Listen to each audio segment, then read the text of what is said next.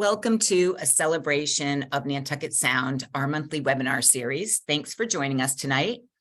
I'm Audra Parker. I'm the president and CEO of the Alliance to Protect Nantucket Sound. And for those of you who don't know us, we're a nonprofit environmental group on Cape Cod based in Hyannis. And our mission is the long-term preservation of Nantucket Sound.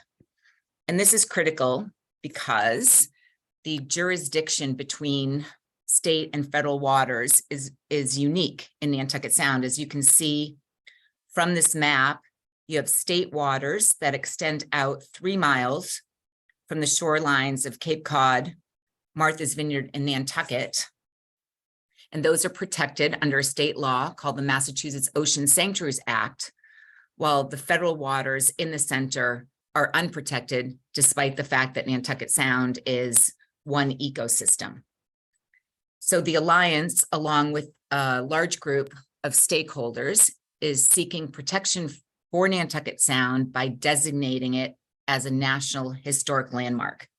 So we're pursuing 2 tracks to do that, federal legislation and administrative action through the U.S. Department of the Interior. The federal legislation would not only designate Nantucket Sound as a National Historic Landmark, but it would also ensure that the protections that exist under state law apply to the federal waters. It would protect traditional uses such as fishing and recreation, and it would address water quality, habitat degradation, and other environmental threats. And just to give you an idea of what a National Historic Landmark is or does, as it is the highest level of historic protection, and the entire island of Nantucket is a National Historic Landmark, as is Wesleyan Grove and Oak Bluffs on the Vineyard, and the Kennedy Compound in Hyannisport. There's about 2,000 National Historic Landmarks, while there are 100,000 properties or places that are on the National Register of Historic Places. So it would be a very important designation for Nantucket Sound that would protect the environmental resource and really leverage its rich tribal and maritime history. As I mentioned, it's the Alliance is spearheading this effort, but we have a broad coalition of support. We have many towns on the Cape and Islands, all the towns facing Nantucket Sound, on Cape Cod, Martha's Vineyard, Nantucket, historic preservation groups, fishing groups, environmental organizations, and many, many others representing, tens of thousands of people that understand why Nantucket Sound is such an important resource and why it is worthy of protection and needs protection. I also wanted to mention that we've been doing these monthly webinars. We have about 20 plus that we've done, ranging from environmental issues, history, tribal history, economic impact of Nantucket Sound to the Cape and Islands. And I'm happy to say that we're going to be hosting our first in-person event later in September on the Cape. And I'll give you details on how to register if you're interested in that at the end of this, after we welcome and listen to tonight's speaker. So tonight's speaker, Pat Cassidy, will speak about boating safety and specifically boating in and around Nantucket Sound and some of the unique challenges Nantucket Sound presents. A few words about Pat. Pat has been fishing the waters around Cape Cod for over 30 years. He's the owner of New England Maritime, which provides boating safety, launch tender, and captain's courses and testing. He also owns Cape Cod on the Fly, a fishing guide service, and he previously worked for 15 years as a reporter at the Cape Cod Times. So I'm very excited to hear your presentation tonight, Pat, and I welcome you. Thank you, Audra. I really appreciate the intro. Thanks to the Alliance for having me, and thanks to Peter for helping set this up and get me organized. I appreciate it. And Audra, I assume at this point I can go forward with my presentation. You can go forward. I will get off the screen so you have full attention, and then I'll come back to take any questions that we might have from the audience before we wrap up tonight. Okay, so thank you. My presentation up then. Again, thanks a lot for having me, and I will try and get through this with some alacrity. I had said that I could do it in well under a half hour. And then as I was looking at my notes, I'm going to set a timer to make sure that that's the case, and will hold myself to it. So again, as Audra mentioned, I own New England Maritime, and I think about boating safety in general terms quite a bit, and then in specificity as it relates to what I also do, which is operate on the waters of Nantucket Sound. I operate on the waters of Cape Cod Bay too, and other waters. And so some of this might be applicable to other places, but I'll try and keep it as specific to the Sound as possible, because I know that's why everybody's here. And again, the applicability though will transfer to other waters, hopefully for you if you're in other areas. I also tend to operate in the eastern section of Nantucket Sound. So if you notice a bias in terms of the presentation of the images to that side of the Sound and you're from the western side, don't take it personally. I tried to include something from everywhere and specific to other parts of the Sound, but it just so happens that I'm on Monomoy and off in the waters off Monomoy quite a bit. So that's where a lot of my personal experience takes place. I do get west every once in a while, but just not as much as I spend in the eastern section of the Sound. That being said, in terms of the general applicability of some of this, the Sound is obviously unique, as we were hearing there in a lot of ways, environmentally and ecologically, but it's also unique from a boating safety standpoint. And that has to do with kind of this dense and broad set of often simultaneous challenges that are taking place for mariners, including shoaling, marked changes in depth, strong currents, varied and often demanding weather conditions, as well as significant concentrations of various maritime traffic. So again, all of that might be happening in other places. Pieces of that might be happening in other water bodies, but on the Sound, it seems like you could be running into all of that at the same time. And that's really one of the reasons why it's such a challenging and interesting place to have a boat and to operate on. I'll look at this through the lens of three primary topics: kind of navigation on the Sound, weather on the Sound, and then interactions with other vessels on the Sound, just to kind of paint that picture overall. One thing that, again, one of the reasons I do this, the instruction at New England Maritime and owning the school, is because when I decided to go from the very lucrative business of journalism, and that is facetious, to the very lucrative business of fishing, also facetious, I decided that I wanted to kind of just put myself in the boating safety mindset. And one of the ways I did that was becoming an instructor, and then again, buying the school off the former owners. But with that in mind, I'm always looking at what's happening around us. And in the last month, if you looked around, the amount of incidents that take place during the summertime and in our area and in areas around the Sound is pretty astounding. Of course, there was the unfortunate fatality in Dennis, a terrible incident, the death of the stand-up paddleboarder on Martha's Vineyard, a collision in the fog off of the south side of the islands. At Saquatucket Harbor, where I go out of, and far less serious in many respects, but a boat sunk at the ramp just last week, a boat on fire outside of Saquatucket Harbor. At least a half dozen elisions, and an elision is a moving vessel colliding with something that's not moving, in this case, rocks. Outside of Hyannis Harbor, certainly this summer, there have been a number of those that are pretty common, including areas like Collier Ledge and Southwest Rock. And not local, but something to think about: the wake-caused fatality down in South Carolina that was a Massachusetts girl who had died in that incident. I mention all those just to put this all in context and to kind of get at why it's important. And all of these types of things could happen on Nantucket Sound if people aren't watching out and thinking about boating safety. In terms of navigating on the Sound, it can largely be done through piloting, through use of landmarks, and the very nature of the Sound, it being surrounded by land masses, that makes it sometimes challenging in terms of currents, in terms of traffic. Also makes it is a benefit when it comes to navigating, because you can see different shorelines, you can see landmarks, and use that to navigate through the Sound. There's a immense number of aids to navigation within the Sound that you can use, and that's really a good thing. But it also, again, leads to some of those challenges, being surrounded by land masses. And again, navigating through the sound can largely be done using aids to navigation and landmarks. I'll talk about aids to navigation resources that you can use to find information about aids to navigation in Nantucket Sound. I'll talk about local knowledge, again, somewhat general, but also applying it specifically to Nantucket Sound. And I'll talk about shoals and other obstructions.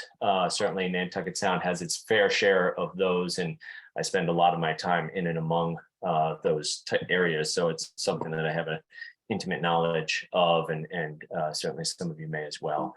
And then I'll also talk about currents and tides. And currents, especially in Nantucket Sound, are something that everybody should be thinking about. And this is an image from some of the shoals that I operate on Monomoy, and certainly the currents flowing over those shoals can be challenging at times. And it's not that you can't and shouldn't be in them with the right vessel and the right experience, but it's not something you should take lightly. And certainly that's a big part of operating on the Sound, is thinking about those currents. So I'll touch on a lot of that, that changing depths, which causes these rips to form and can cause some of these currents to become more problematic for boaters. In terms of navigational resources, and again, this is generally applicable, but I specifically point to the areas here where you can find information about Nantucket Sound. If you are a boater on Nantucket Sound, you are operating on Nantucket Sound, and you haven't looked at the light list, volume 1 for the Atlantic coast, and looked through it to see what the aids to navigation are on Nantucket Sound, that's one place I would start. You go by a buoy and you see a number. What is that buoy? What are the characteristics of that buoy? And what can that tell you about where you are and how you should be operating in that area? More of a narrative for those who don't know, the Coast Pilot, and specifically Coast Pilot 2, Chapter 4, gives you information about specific areas in Nantucket Sound. And we'll give you, I'll show some examples in a little bit, some specific information that could be useful as you're operating in those areas. So definitely a place that I would look for more information. And then the local notice to mariners is something that is put out frequently by the Coast Guard. You may have heard it on your radio. If you don't subscribe to the emails for the district, the Northeast District, you can sign up for those, and we'll talk about that a little, and I'll show you an example of one of those as well. But those local notice to mariners can tell you things and update things that might not be updated in a volume of the light list or the Coast Pilot. I get these emails frequently that tell us that an aid to navigation is the lights out, for example, or it's moved or something along those lines. So that's always something to remember, that those aids to navigation are certainly helpful and useful, but you can't rely on them wholly to pinpoint your exact location. And certainly with the currents and the shifting sands of Nantucket Sound, some of those aids to navigation may indeed be off station, if you will. And then that local notice to mariners is broadcast every day, a couple times a day on VHF channel 22. They start you on 60 and then move you over. So that volume 1 of the light list, where you can start, pages 122 to 147 cover Nantucket Sound and the immediate area around Nantucket Sound. The light list, it's important to understand, presents geographically, and it presents in a clockwise direction around the country. So as you're looking through the light list in this section, and you can Google light list volume 1 and get this light list right up in front of you, and you're looking for information about a particular aid to navigation on Nantucket Sound, that conventional, well, it's the clockwise movement around the country as far as the geography listed in the light list goes from east to west in Nantucket Sound, followed by Nantucket, Martha's Vineyard, Woods Hole, the Elizabeth Islands, and Vineyard Sound. So as you're looking through it, you can geographically look through it along a route or something that you might be following. So it's just a explanation of how that's set up.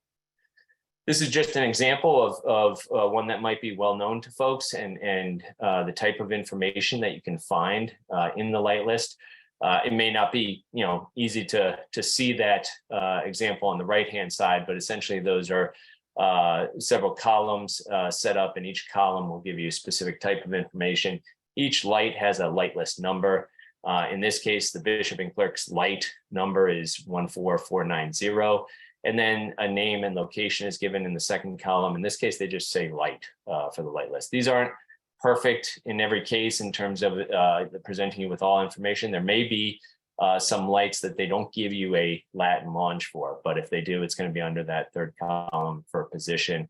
And then they'll give you characteristics of the light itself. In this case, flashing white, 6 seconds, a height and a range for the light in terms of how far it can be seen. And then some additional comments. In this case, the Bishop and Clerk's light is a white and red cylinder. So this is just an example of one of the entries for an aid to navigation in Nantucket Sound that you could then look up and know a little bit more about. I mentioned local knowledge, and certainly there's a lot of different ways to gain local knowledge. Charts, there's charts up behind me on my wall. There are charts on my desk. There's charts seemingly everywhere. I'm sure a lot of you have charts in your homes.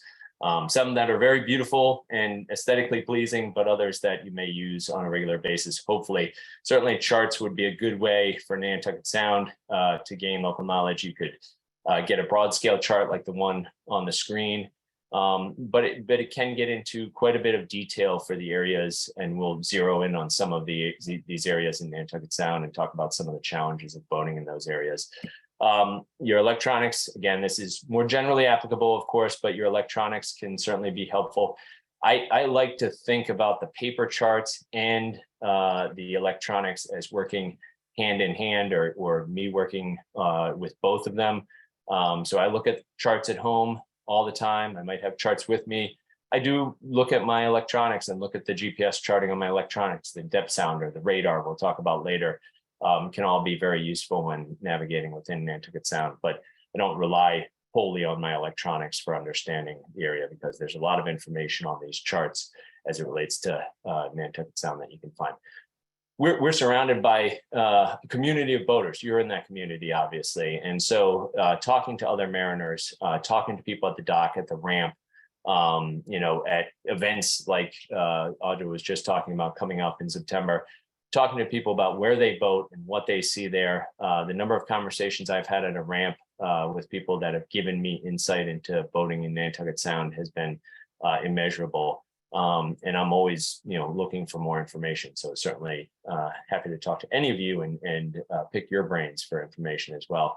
And the other thing about Nantucket Sound is we're surrounded by harbors and harbor masters, and many of you may know different harbor masters, assistant harbor masters, and they are happy to have somebody come in and ask them for information about boating in their particular area. And they have a really intimate working knowledge of how to do that safely. So they'd be happy to hear from you. The Coast Guard as well in the same way. And in reality, none of it replaces time on the water. Going out, there are some really nice days on Nantucket Sound. We'll talk about weather in a little bit. Going out on a nice day, boating in an area that you want to operate in a lot, maybe going with somebody who has that information and local knowledge that they can share with you. Again, this is somewhat generally applicable. In terms of specific navigational hazards in Nantucket Sound, I already mentioned shoals, and some of you may be very familiar with the Monomoy Shoals further to the southeast, the Nantucket Shoals, but really the Monomoy Shoals are kind of the starting point on the east side of Nantucket Sound. I spend a lot of my time, I was there this morning, floating around in 1.5 feet of water, a half mile, a mile off of Monomoy Point. And there are some very, very shallow areas on those shoals.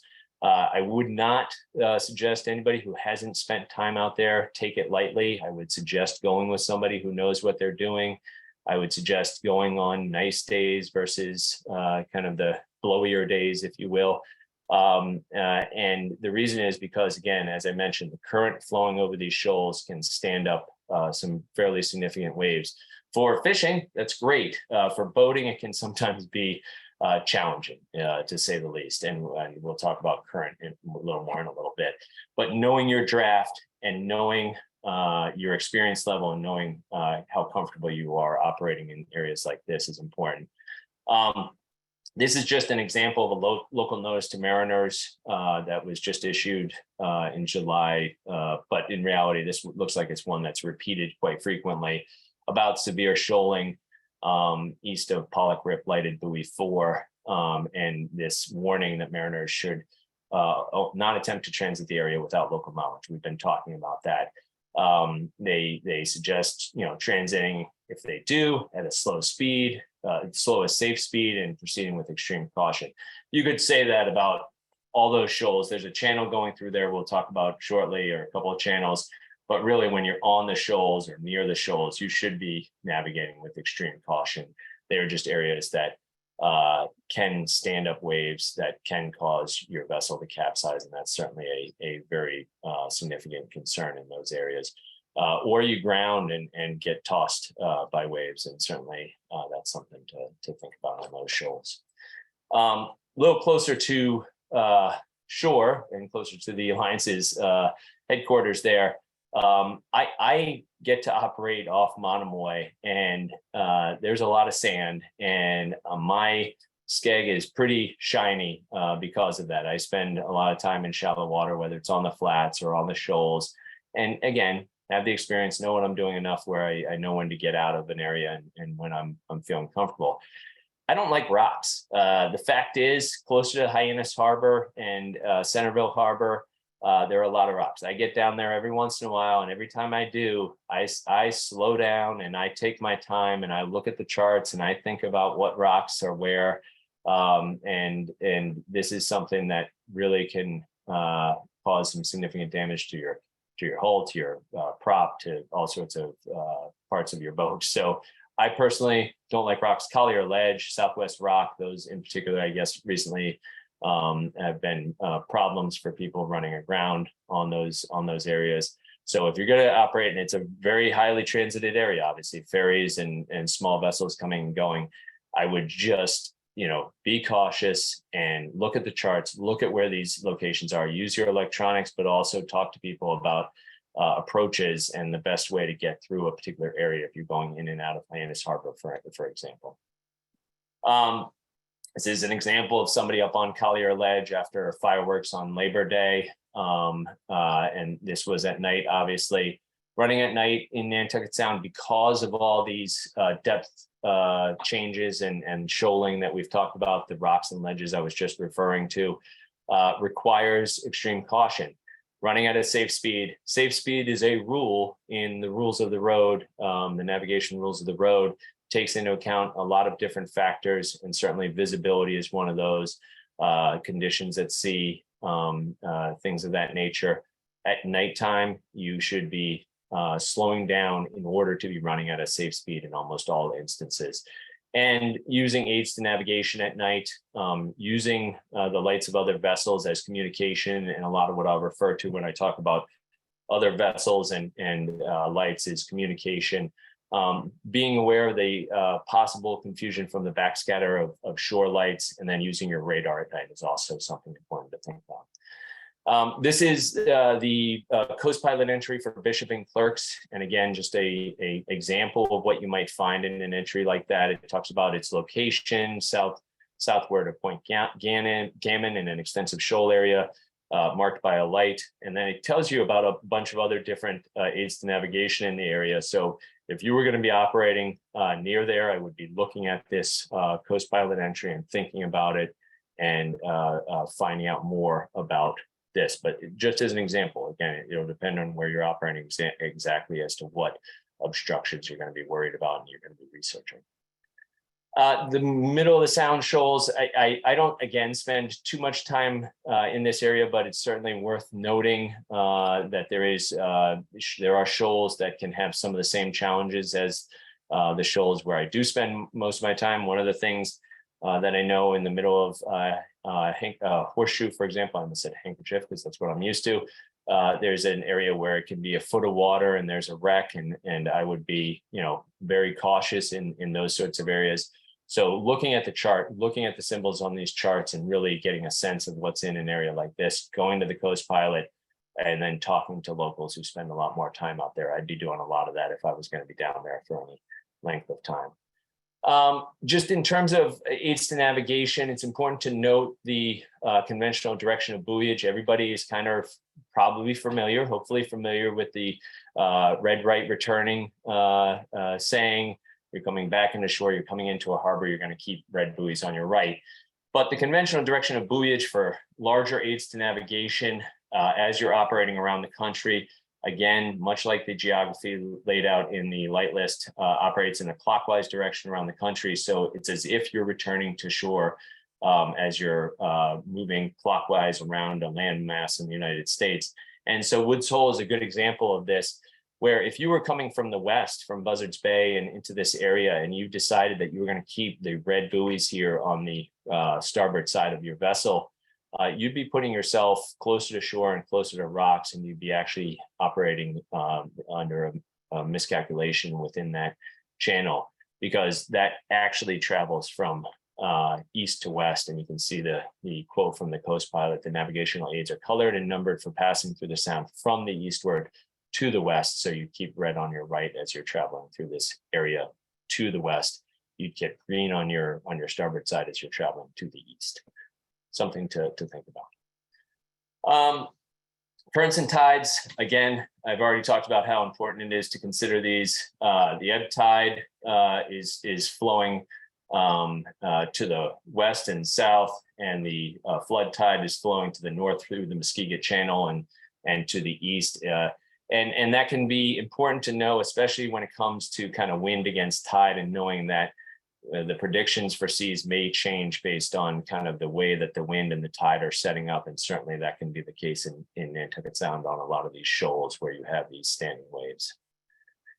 Tides, they're not as maybe as big of an issue in some places on the Sound. It's not a dramatic tidal range like we have on Cape Cod Bay, where it's a 9 to 12 foot tidal range, which is very significant, 1.5 to 3 feet in areas of Nantucket Sound. But what happens when, again, you're on the shoals and it's low tide versus high tide, or you're running an inlet and it's low tide versus high tide, it can change the conditions dramatically. And so it's important to think about. And again, there can be some more significant problems when you're closer to shore operating in channels. This is the cut through from Stage Harbor going up to Chatham and towards the Atlantic. And again, it's a cut that will change over time and has closed and opened and can shoal quite a bit. And that shoaling can become an issue also for harbors, and you'll notice a lot of dredging activities in harbors that are to the west of Monomoy, and a lot of that is because sand is being pushed down in front of those harbors, and they've had to do a lot of dredging there. Noting that when you're operating in and out of a harbor, but also being aware of the dredge operations themselves, and that you should stay clear of those operations, is an important thing to think about. And this is just another example from the tip of Monomoy, and again, there's my bias kicking in, but the channel leading between Bierce Shoal and Pollock Rip. They talk about a lot of large vessel traffic being encountered in this channel. So fishing vessels and small craft should avoid the area during thick or foggy weather. Guess who's out there in a lot of thick and foggy weather? Fishing vessels and small craft. So it's an area where, again, we'll talk about radar briefly coming up, and it's important to have it. Weather. So certainly Nantucket Sound can be beautiful as far as weather. It can also be rough, and our weather, bad weather, tends to come from the west, the southwest. Having a good sense of how to predict that weather is important. I use all sorts of apps. I look at the National Weather Service. I talk to people. I look out the window. I go to bed thinking about weather. I wake up at 3:30 in the morning thinking about weather. And on Nantucket Sound, bad weather can mean very bad things. I don't like lightning myself, up to you, but I don't like lightning. I also don't like gale warnings. Small craft advisories, I certainly take seriously, but my only concern about small craft advisories is sometimes there's not a small craft advisory issued, and you go out and you can get really beat up. So I don't assume that just because there's no small craft advisory that everything's hunky-dory. But thinking about weather in Nantucket Sound, and when a storm rolls through, it really can dump on you, lightning, that sort of thing. And there was a storm a couple years ago that everybody up and down the Coast Guard weather, everybody predicted was going to go south of the islands. And I'm sitting there off Monomoy, and it's heading straight across the Sound, straight at me. So I had to make decisions based on that. Ended up having to run through the weather to get back to the harbor, but going to shore at that point was the right move, and should be something we can consider. great thing about Nantucket Sound is you have a lot of safe harbors around that you can get to. So it's something to really think about when you're going out, and think about when it's time to come in when the weather turns. Part of weather is fog, and Nantucket Sound is certainly known for its fog. This happens to be a humpback whale carcass that I stumbled upon in the fog a couple of years ago, and that is a white shark fin coming up right beside it. I think there are about 3 of them on it. I'm not going to talk about sharks. My rule on the boat is stay in the boat. It's more because I don't want people drowning than getting eaten by great whites. But fog is really a problem more for vessels interacting with each other and potentially colliding with each other, which is something that we're always trying to avoid. Slowing down, lights on, navigational lights on, fog signals, and making sure that you have radar. I would not operate where I operate without radar. And if you're thinking about going out to somewhere where there might be fog and you don't have radar, think again, go get radar. This is an image taken just today from my radar. I just turned it on. It was a beautiful day. I didn't have the need for radar, but it shows a lot of backscatter from the shore on the returns. Those 5 pieces right there are actually vessels, and this is the entrance to Nantucket Harbor, and that's what it was. So understanding how your radar works and really having a sense for how to use it on Nantucket Sound, incredibly important in the foggy conditions that Nantucket Sound presents. Use your radar, understand it, but again, use your eyes to look around. You may be glued to your radar and miss something else that's going on around you. Again, radar is very important and can be very useful. And I mentioned the usefulness of it is primarily to avoid collisions with other vessels. The rules of the road, as written, that's the point of the rules of the road. Avoid collisions with other vessels, avoid danger. So this is an interesting example from not too long ago, going into Stage Harbor, and you have a sailing vessel, a vessel that could be a sailing vessel, but they don't appear to have their sails up.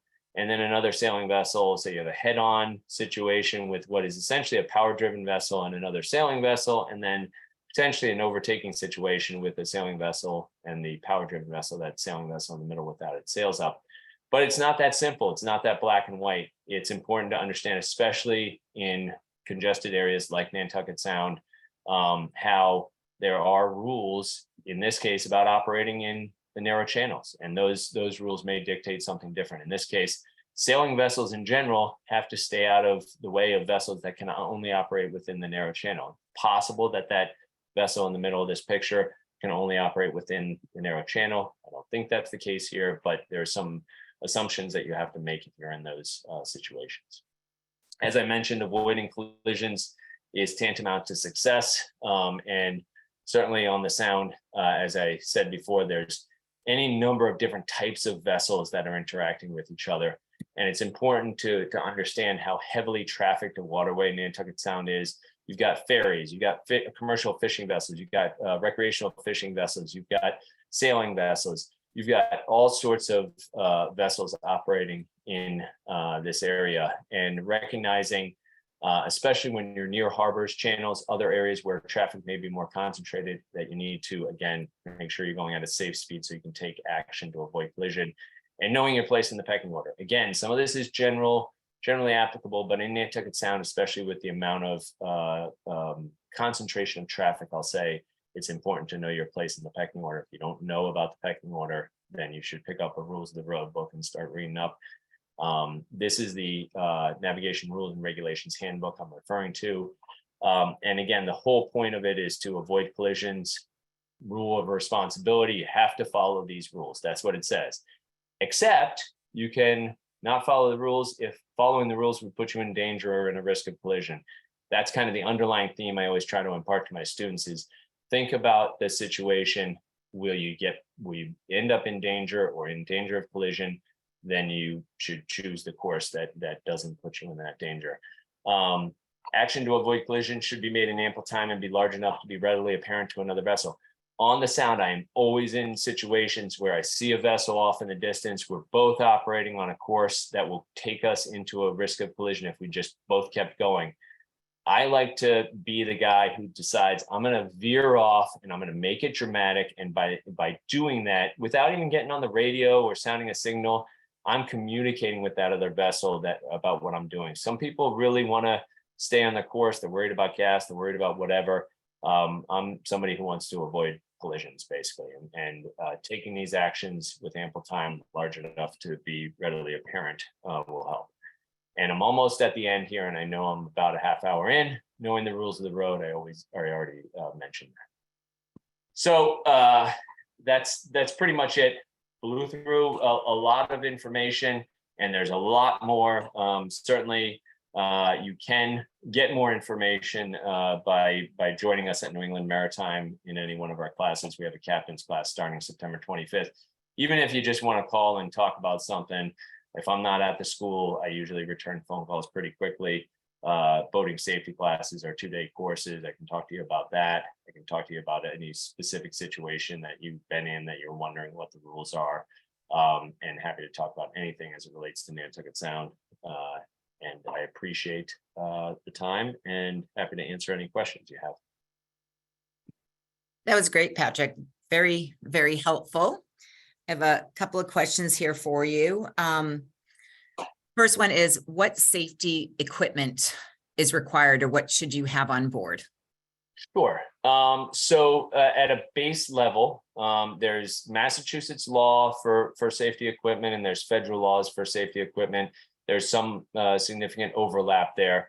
At a base level, there should be a life jacket on board for every person on board. Those life jackets should be the correct size for the intended wearer. They should be in good condition, and they should be readily accessible. And that really means that you're able to get to it quickly. Can't be stowed away somewhere where you can't get it. Even if you pull it out and it's in the original packaging and you say, look, you're talking to the Coast Guard and you say, look, it's brand new, it's unused. They're going to say that's not readily accessible because you have to take it out of the packaging. Life jackets, fire extinguisher. For most small recreational vessels, a type B fire extinguisher, 5B fire extinguisher. It's a small fire extinguisher would be enough. I think I have one somewhere around here. This is one that I don't use anymore, but we're talking about one of these small fire extinguishers would be enough.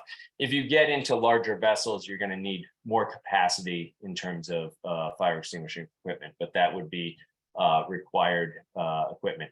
And then visual distress signals for both night and day. Some vessels, there's some exceptions in terms of being required to carry day signals, but generally speaking, having visual distress signals, we're talking about flares, we're talking about strobe lights, those sorts of things are important.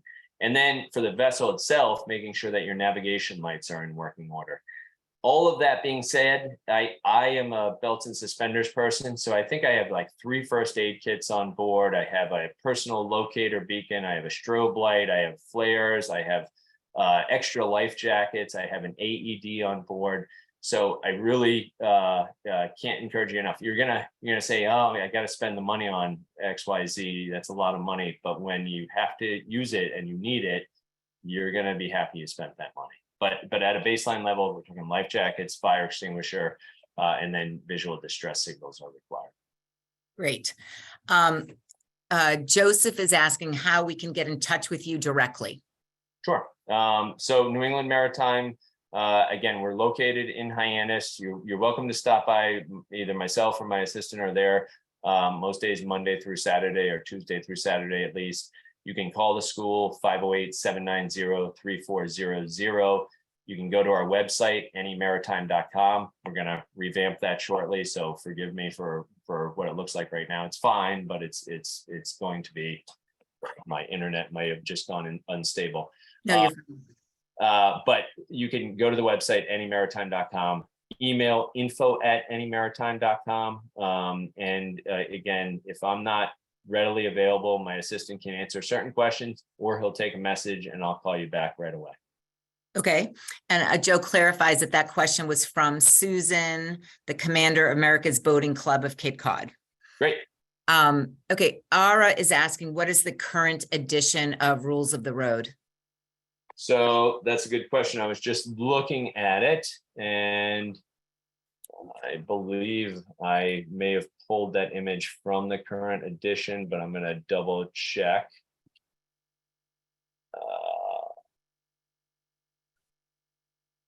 I'd have to take a look. In terms of the date on it, I can take a look and get back to somebody with that information. Again, I probably have one in the other room. Okay, well, Ara can get in touch with you directly, Yeah, I guess. absolutely. Okay. And it's a good question because there are changes that occur. There's a location within the rules of the road for you to note those changes. And the regulations will change from time to time. They've been pretty stable, recently, but they will change from time to time. Okay, another question is, the area around Collier's Ledge seems to be dangerous. How is it marked? So Collier's Ledge does have a buoy on it. And what I'm going to do, if it's okay, is I'm going to pull up the graphics,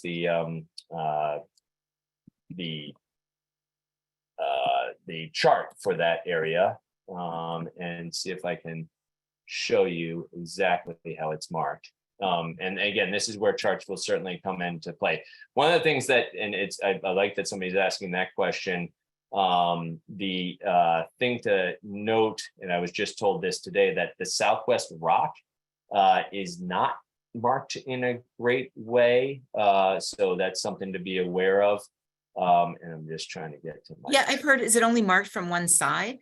Yeah, that's what I heard today. And again, I don't spend a ton of time down there, but I was talking to somebody about it today, and they said they're trying to fix it in some way so it's marked better. Because it's pretty big, right? Yes. Well, and it sneaks up on people apparently, in terms of where it's located. Nantucket Sound approaches Nantucket northern. Let's see. This is okay.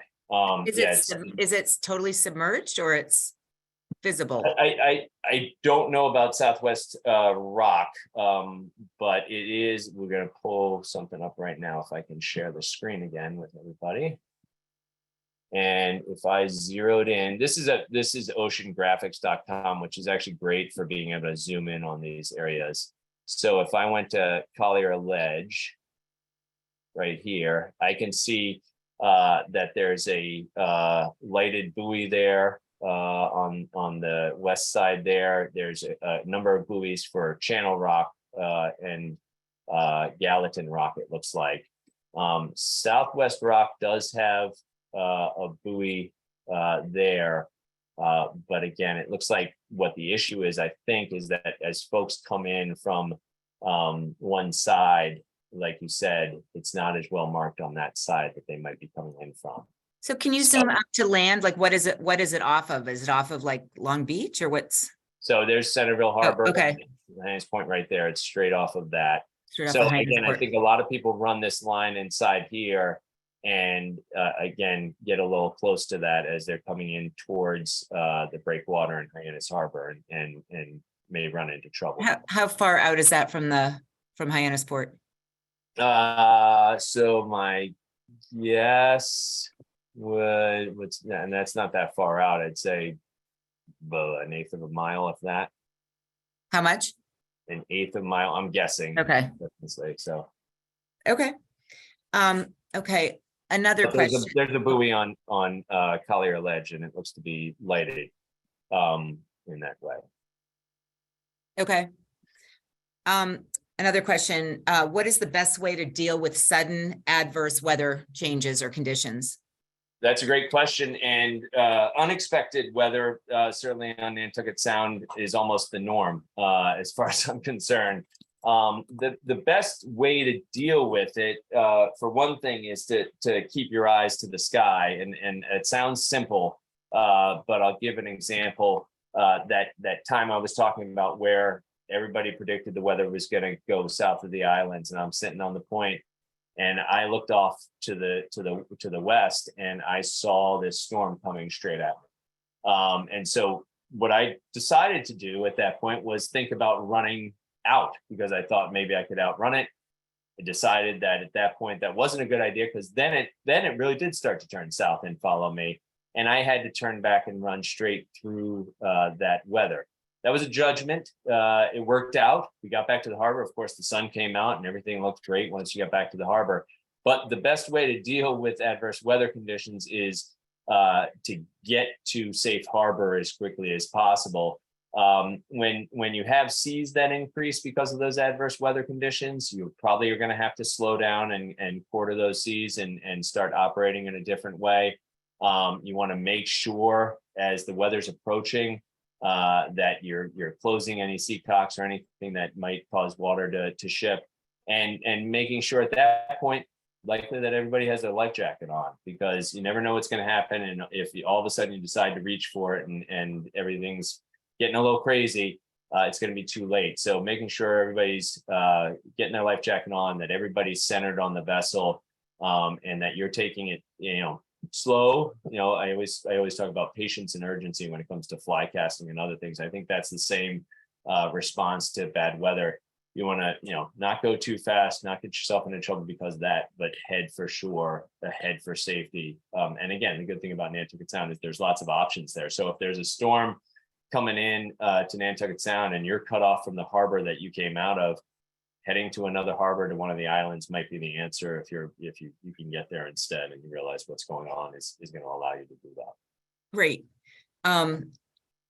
Okay, another question. What is a reliable communication system to use during emergencies? The VHF radio. And again, everybody has cell phones now. Certainly, a lot of times you'll hear the Coast Guard asking for cell phone numbers, and you can communicate within a certain distance on those cell phones. Some people who are going further out are using satellite phones and more sophisticated communications. But if we're talking about Nantucket Sound, again, the VHF radio will allow you to communicate with Coast Guard. It'll allow you to communicate with other vessels in the area.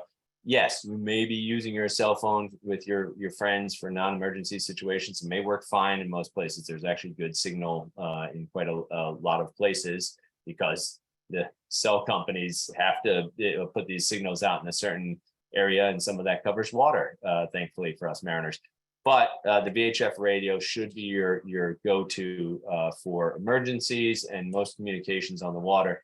And you should have that VHF radio, if it has an emergency button, that's DSC, digital selective calling, that should be set up so that it can be used. And all you do is flip that button up and push it, and that would send out an emergency communication to the Coast Guard that would tell them, if it's properly hooked up to your GPS unit, where you are, and potentially the nature of your emergency and who you are, because you'll be registered through what's called an MMSI number. And that'll be a place where you provide all that information. So pushing that one button can give the Coast Guard a lot of important information, but the kind of standby is communicating on the VHF radio. Okay, very helpful. Couple more questions for you. Chris asks, how long are your captain's courses, and are they on site or remote? Sure. So the captain's course, depending on if you're going for the OUPV, which is the operator uninspected passenger vessel, the classic 6-pack, or the master license, are between 7 and 9.5 weeks for the master. It's 3 nights a week, 3.5 hours a night. And we are doing all the courses still on Zoom. Quite honestly, I think we're going to probably stick with that more or less. That was something that was COVID based at first. And what I've found is, after making some tweaks, it's been working pretty well. Our pass rate has remained pretty consistent with what it was. The chart plotting is one of the places where some people get a little tripped up with a Zoom. We're able to show what we're doing as instructors, but kind of looking over your shoulders a little trickier. We've adjusted, and we provide an in-person day for that on top of the Zoom sessions. And then I'm always available, and I spend a lot of my days tutoring people. I have instructors who have an immense amount of experience in all of this, who are showing up to tutor people as well on a one-on-one basis. Typically speaking, that is not an additional cost. It's part of what you're paying for with the course. Is this extra tutoring. As long as you make an appointment with us, and as long as you don't, take advantage of us, we're not going to reteach the entire course through tutoring sessions, but we're going to work with everybody as much as possible to put them in the best position to not only pass the exams, but become better mariners. Great. Okay, and the last question is from me. Mhm. So we have a 17-foot Boston whaler, and Yep. my kids are asking, so depending on your answer, I may tell them it or not. Is it safe to take that from Centerville, from the Cape, to Martha's Vineyard? Is it 17-foot Boston whaler? Yep. And who's operating? My children, who have been using it sort of in the bays up to Hyannis Harbor, they're, well into their 20s. And again, this is to Martha's Vineyard. Yep. So I promised my daughter, who's 27, that I would ask this question. The hesitation gives you the answer, Audra. Yeah, I mean, I would not, necessarily do that. Again, on a beautiful day, it's, glass, you can run over and run back and no harm, no foul. But things happen and weather changes and Martha's Vineyards, if you had said Nantucket, then I would have said, no, don't let them do that. Right. But, No, this was like Centerville to Oak Bluffs was the path. And I recommended against it, but I would recommend against it as well if you recommended against it, Audra. But there are people who I'm sure do that. Again, I operate a 20-foot center console. It's not a large vessel, and I run to Nantucket and I run to Martha's Vineyard. So 3 more feet, but the shape of the vessel can have a lot to do with its stability and seaworthiness and how it travels. All that plays into it a little bit, and I do it every day. So. But I don't even run that far out most of the time. So it's probably a personal decision on your part, as you're the owner of the vessel. You have the last say. I'd say yes, but I wanted some expert advice. It seemed to me a bad idea, but just you're the expert. So I mean, again, then I say no. I say they should. Okay, perfect. I'm definitely going to relay your answer to them then anyway. Thank you for that. And thank you for, I learned a lot. That was really, really helpful. I think our audience learned a lot as well. And again, Patrick, maybe you want to say how to get a hold of you if people are interested in your courses. And then when you're done with that, I'll wrap up. Absolutely. Thank you. And thank you again for having me. And again, apologies. I kind of am a fast talker. So if there's anything I said or any question that didn't get answered, I'm happy to follow up with anybody who needs those answers. And I'm going to try and figure out what the latest Rules of the Road book is, for example, the latest edition is. New England Maritime, again, is located at 232 Main Street across from Bradford's, next to the train station there in town. If you want to meet with me anytime, feel free to call the school and you can set up an appointment by just asking my assistant to get in touch with me, 508-790-3400, info@anymaritime.com. or going to anymaritime.com. The website will get you all that information as well. And again, I am more than happy to talk to anybody about boating safety on the Sound or anywhere. And one last thing, the ramp. This is one thing I will say is, if you're going to the ramp, be prepared. Don't park in front of the ramp. When you back down at the ramp at 5 o'clock in the morning, turn on your parking lights, because the other guy trying to back down at the ramp is going to be blinded. That's just a good little tip. pet peeve. Yeah, that's it. Thank you very much. Well, thank you, Patrick. It was great to see you. Thank you to everyone for joining us. If you have any questions about what the Alliance is doing, our mission, or anything for Patrick, please don't hesitate to get a hold of me. I'm Audra at saveoursound.org. You can follow us on social media and join our mailing lists. I hope to see you on September 21st. As I mentioned, it's going to be our first in-person conference. It's going to be held at the Beach Club on Long Beach Road in Centerville from 1 to 6 p.m. So far, we have 6 or 7 different speakers talking about the rich environment of Nantucket Sound, some historical aspects. We have Karen Dordville from Mass Audubon, Wellfleet Bay Wildlife Sanctuary, Seth Engelberg from the Linda Loring Nature Foundation, Greg Ketchen from the Coast Guard Heritage Museum, Zach Mertz from the Birdsea Cape Wildlife Center, Wendy Northcross from JFK Hyannis Museum, Elizabeth York from the Cape Cod Maritime Museum, and our keynote speaker will be former State Senator Rob O'Leary, who is also a history and government professor at Mass Maritime. And it will be followed by a networking and cocktail hour with sea shanties and stories by Mark Allen Lovewell and Molly Canole.